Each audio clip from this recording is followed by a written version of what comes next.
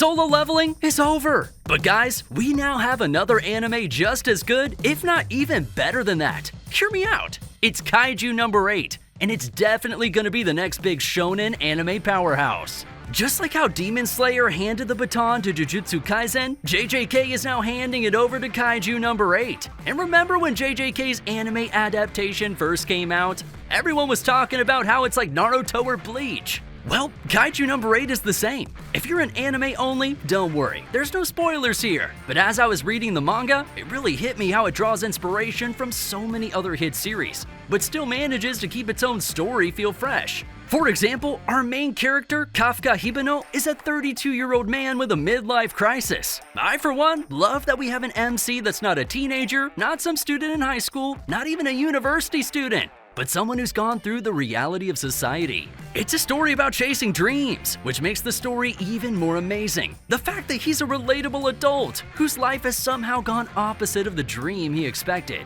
He's similar to Saitama from One Punch Man in the sense that they were both just living out their mediocre lives until things changed drastically, and they ended up with almost invincible strength. Though Kafka Hibino is also similar to Denji from Chainsaw Man, because just like Denji, Kafka also became a half-human, half-demon, and then chose to help the humans against demons. And ironically, they both do it for a girl. Kinda. Denji becomes Makima's dog, but fortunately, the context in Kafka's case is much more healthy. You see, his childhood friend is currently the captain of the 3rd Division of the Defense Force, and she's also considered to be the strongest female captain. Unlike him, whose job is to clean up the mess left behind by kaiju beasts, she is a complete badass. Of course, he's proud of her, but he also can't help but feel a bit grim. After all, when they were kids, they made a promise to each other to one day fight together as Defense Force members. She made it, but he gave up after failing the entrance exam 4 times in a row. And speaking of the Defense Force in Kaiju No. 8, it's got quite a lot of similarities to organizations and other stories too.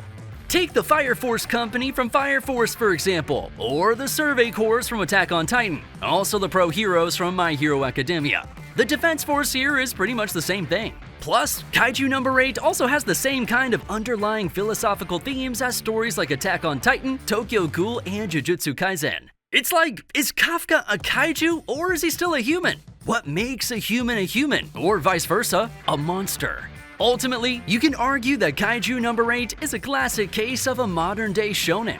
It takes the things that battle shonen anime have been doing for decades and it adds its own twist, its own flavor to it all. Though one thing I give Kaiju No. 8 is how quickly everything escalates. It isn't the kind of story that waits around. No, when I first started reading the manga, I thought we'd have to wait years for Kafka to finally reveal himself. Without getting into manga spoilers, let's just say the story never stops being cool. The action scenes and the fighting sequences throughout are just straight up amazing. Now, back to the big question. We've already established that Kaiju No. 8 is going to be the next big thing, but is it better than Solo Leveling or the other anime in the same season? Well, as far as the anime adaptations are concerned, it's still too early to tell, but what we can say is that Kaiju No. 8 is definitely comparable to Solo Leveling. Much like how A1 Pictures handled Solo Leveling, Production IG is doing a brilliant job with Kaiju.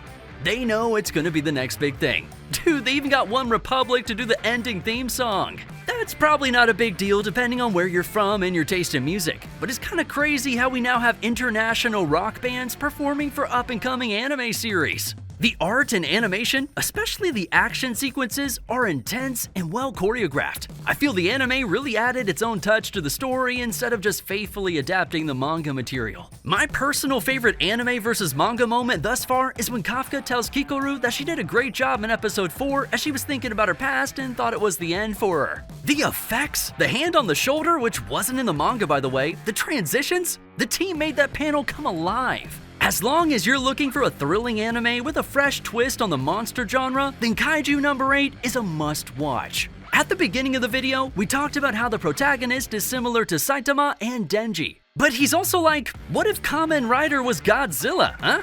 Kafka may have become ridiculously overpowered after becoming a kaiju human hybrid, but he still needs the others. He's not like Sung Jin-woo who can just go ahead and take care of everything all by himself. It was cool and all to watch him be a baller, but there were also moments where I thought, do you mind just struggling a little bit for some drama? In this story, there's the power of friendship. It's also nice to see a 32-year-old with friends. Though just like Solo Leveling, Kaiju No. 8 is also about pure action. The stories don't waste time on unnecessary fan service or repetitive gags. And if we're talking about characters, then all of the main characters make it very easy for you to love them. We have, of course, Kafka. He's the protagonist. But then you also have Ichikawa Leno, a young man who'd rather die than give up. He's the one who pushed Kafka to finally go for his dream of joining the Defense Force. It reminded him that, and I quote, "Chasing your dreams means to continue losing to someone every second of every minute." And bro, that's okay. To have a dream is a priceless and precious thing. If something popped up in your head when I said this is your sign. Just go for it. To be fair, he does seem like an edgy Sasuke or constipated Bakugo type of character at first. But it only takes a few minutes before he changes your mind. Much like Kafka himself, he's a straightforward individual who seeks to save those he cares about. He's probably like Zoro in this sense, but much more outgoing. Next, the fan favorite, Levi, Hoshina, the vice commander of the 3rd unit. This guy is just epic. When I was first introduced to him in the story, I just thought, this guy is Kaiju's Levi. Both are descendants who use techniques passed down from clans believed to be long forgotten. I also giggled a bit as they go through their fighting styles, and the forms are just like demon slayers. Like I said, the beauty of this anime is that I feel like there's references of different anime everywhere, but it's still its own fresh story with a really good sense of humor.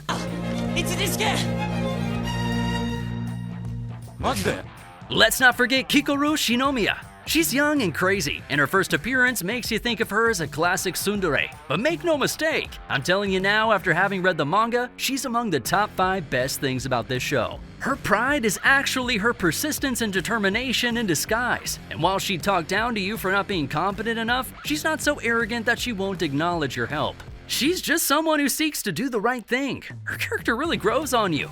As the story continues, we learn more about our main characters, and also about the layers of depth hidden behind their outward personalities. This also goes for other main characters. Another thing that deserves credit is Mina Ashiro's personality. She is Kafka's childhood friend, and is about as competent as one can get, giving me some major Mikasa vibes. This makes you wonder that maybe she would have been looking down on Kafka for not fulfilling his part of the promise, and although the promise is on her mind, she never looks down on him. She's serious and determined on the outside, but soft and caring on the inside. Just genuinely sweet and authentic who never lets her status get to her head.